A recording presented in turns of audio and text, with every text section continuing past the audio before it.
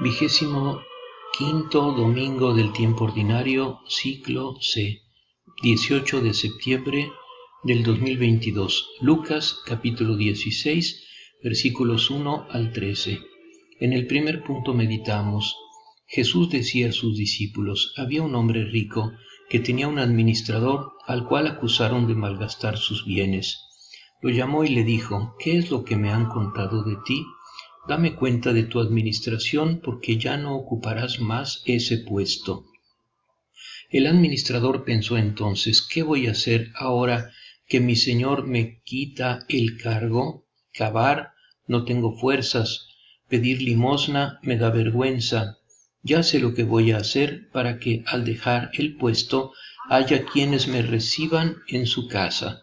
Llamó a uno por uno a los deudores de su señor y preguntó al primero: ¿cuánto debes a mi señor? 20 barriles de aceite, le respondió. El administrador le dijo: toma tu recibo, siéntate enseguida y anota 10. Después preguntó a otro: ¿y tú cuánto debes? 400 quintales de trigo, le respondió. El administrador le dijo: toma tu recibo y anota 300. Y el Señor alabó a este administrador deshonesto por haber obrado tan hábilmente, porque los hijos de este mundo son más astutos en su trato con los demás que los hijos de la luz. La parábola del mayordomo deshonesto es una de las más difíciles de entender de todo el Evangelio. La razón de su oscuridad no es que Jesús no hablara claro esta vez, sino que el sentido original entendido por Jesús es superpuesto a otros, nacidos del uso que se hacía de la parábola en la iglesia primitiva. Se ha notado que en el texto de Lucas la parábola es seguida por 3 aplicaciones diferentes. La primera aplicación: los hijos de este mundo se comportan más sabiamente en sus cosas que los hijos de la luz en sus cosas. Segunda aplicación: hazte amigo de las riquezas injustas. Tercera aplicación: si no fuiste fiel en las riquezas injustas, ¿quién te confiará las verdaderas? Casi parece estar frente a las notas de 3 sermones diferentes sobre la misma parábola.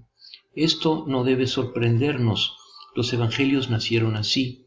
Son las palabras y las obras de Jesús reinterpretadas por la Iglesia a la luz del Espíritu Santo, que iba revelando en esas palabras y en esas obras significados cada vez más ricos, capaces de iluminar las nuevas situaciones en las que se encontraba la Iglesia después de la Pascua en comparación a la situación en la que vivió Jesús. Lo importante para nosotros es saber que estos nuevos significados no son añadidos humanos a la palabra divina, sino que proceden de la misma fuente. El mismo Espíritu que habló y actuó en Jesús de Nazaret, ahora habla y actúa en la Iglesia, inspirando las Escrituras. La lectura que ahora hacemos de la parábola quisiera partir del sentido original que Jesús quiso darle la primera vez que la pronunció, para luego abarcar también las aplicaciones prácticas que la Iglesia Apostólica hizo de ella. La interpretación de Jesús resulta de las palabras: el amo, o quizá mejor el Señor, elogió a ese mayordomo deshonesto porque había actuado con astucia. No está claro si ese maestro es el administrador del administrador, o si por el contrario es el mismo Señor Jesús, pero esto no cambia esencialmente el significado. El factor no es elogiado porque actuó absolutamente bien ante Dios, sino porque actuó bien en relación a cómo los hijos de este mundo actúan entre ellos. Aplicó a la perfección la sabiduría de este mundo, sin perjuicio de que para Jesús la sabiduría de este mundo es locura a los ojos de Dios. Hay que releer la parábola del rico necio. La astucia de ese hombre consiste en que ante la perspectiva de una situación de emergencia o despido, no confió en el azar, no esperó lo irreparable, quedándose con las manos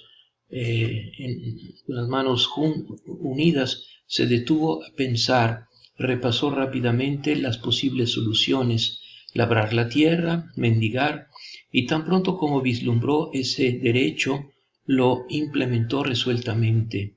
Jesús decía estas cosas a unos oyentes que quizás habían intuido que estaban con él ante una hora grave de la historia, ante una cita decisiva con la voluntad de Dios, pero no lograban decidirse. Preferían tener el pie en dos estribos, o como dice Jesús, servir a dos señores. A ellos viene Jesús a decirles por qué son tan sagaces y oportunos en prever las situaciones dramáticas que se presentan en el plano temporal de los negocios, de los afectos, de la salud, y son tan pequeños frente a lo absolutamente decisivo que es el reino de Dios, es decir, tu salvación eterna. Como si dijera: cuando una feroz tormenta se cierne sobre el mar, no es buen marinero el que quiere salvar a toda costa bienes y personas con la casi certeza de perderlos a ambos. Hace una elección, tira todo por la borda para salvar a la gente. ¿Por qué no decides hacer lo mismo ante la inminencia de este otro naufragio? Señor Jesús, aleja de nosotros la forma deshonesta del mundo de administrar a las personas y a las cosas, y danos la sabiduría, el sentido de la justicia y la honestidad para saber administrar adecuadamente los recursos que has puesto a nuestra disposición, comenzando por el tiempo y las relaciones. En el segundo punto meditamos: pero yo les digo, gánense amigos con el dinero de la injusticia, para que el día en que éste les falte, ellos lo reciban en las moradas eternas. El que es fiel en lo poco, también es fiel en lo mucho, y el que es deshonesto en lo poco, también es deshonesto en lo mucho. Ustedes no son fieles en el uso del dinero. Si ustedes no son fieles en el uso del dinero injusto, ¿quién les confiará el verdadero bien? Y si no son fieles con lo ajeno, ¿quién les confiará lo que les pertenece a ustedes? En la parábola, por tanto, resuena lo que se llama el imperativo de la hora, la advertencia escatológica, que es quizá la nota más aguda e insistente en toda la predicación terrena de Jesús. Es urgente decidir: el reino está a la puerta, el esposo está por venir. Los indecisos quedarán afuera, llamando desesperadamente como las vírgenes encontradas dormidas. Dirán: Señor, ábrenos, pero él responderá: no te conozco, no sé dónde estás. Demasiado tarde. ¿Cómo no sentir también sobre nosotros la fuerza de este imperativo de la hora? Las personas a las que Jesús dirigió estas graves palabras eran personas que podían decir que comían y bebían con él y que lo escuchaban predicar en sus plazas. Somos esas personas y ahora sabemos que esto no es suficiente para salvarnos.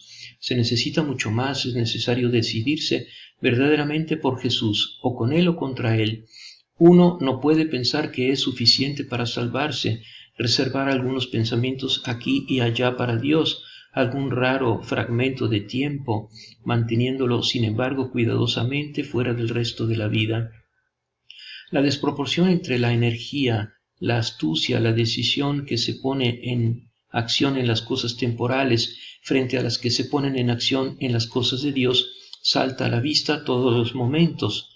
En el plano temporal basta un síntoma de enfermedad para despertar la alarma, la precipitación, al análisis y a las medicinas. En el plano espiritual se permite que ciertas enfermedades se desarrollen tranquilamente, sin temor alguno, sin recurrir a ningún remedio. ¿Cuántas veces sucede incluso entre los cristianos no llamar a un sacerdote al lecho de un moribundo y ni siquiera advertirle lo que va a encontrar por miedo a asustarlo, como si, estando alguien a punto de caer en un barranco que no ve, no se le dijera nada para no impresionarlo? Espíritu Santo, fuente de la verdadera sabiduría, ayúdanos a compensar los bienes robados a los demás, a reparar el mal hecho con obras de misericordia, de modo que los pobres y los que sufren nos acojan en el cielo.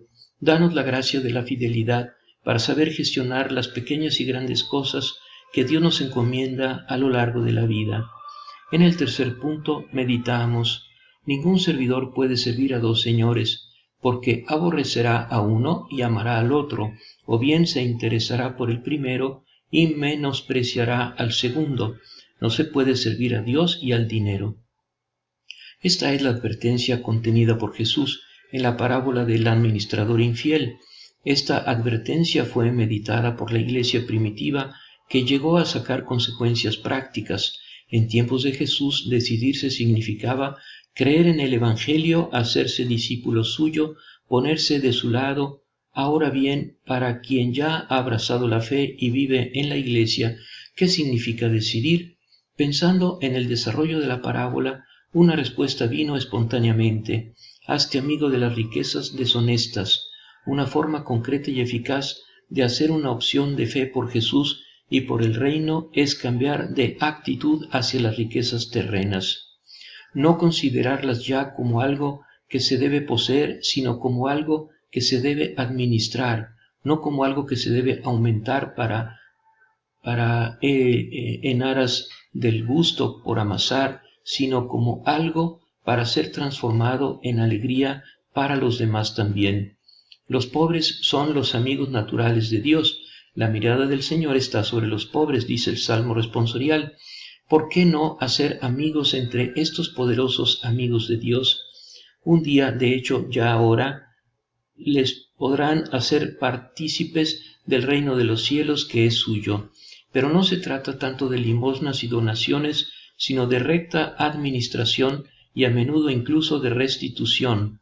El pan que les supera, decía San Basilio, es el pan del hambriento. El vestido que cuelga en tu armario es el vestido de alguien que está desnudo. Los zapatos que no calzan son zapatos de los que andan descalzos. El dinero que tienes escondido es el dinero del pobre. Las obras de caridad que no haces son otras tantas injusticias que cometes. La liturgia, al proponernos hoy la parábola del factor deshonesto, ha querido también dirigir la atención sobre este problema de la actitud hacia los pobres. La palabra de Dios hace una distinción, apunta repetidamente a aquellas personas que insisten en querer servir a dos señores, a Dios y a la ganancia. Nos referimos a la ganancia deshonesta o desproporcionada. Personas que quieren parecer piadosas y observantes sin por ello desviarse en modo alguno de la forma de hacer de sus camaradas o competidores. Son hijos de la luz que quieren ser tan buenos como los hijos de este mundo. Al terminar, recordamos el imperativo de la hora. Esa hora anunciada por Jesús es siempre oportuna. Es esto ahora. Es también actual el imperativo de Jesús. Arrepiéntanse, escojan a quien quieren servir como único Señor de su vida. No te engañes pensando que tienes mucho tiempo. He aquí, yo estoy a la puerta y llamo. Ahora es el tiempo propicio, ahora es el tiempo de la salvación. Ahora me hago tu comida y bebida para que creas que te amo y ya no tengas miedo de elegirme y abandonarte completamente a mí. María, Madre nuestra, enséñanos a servirte solo en tu divino Hijo, como único Señor de nuestra vida, y a someter todo lo demás a su divina voluntad. Amén.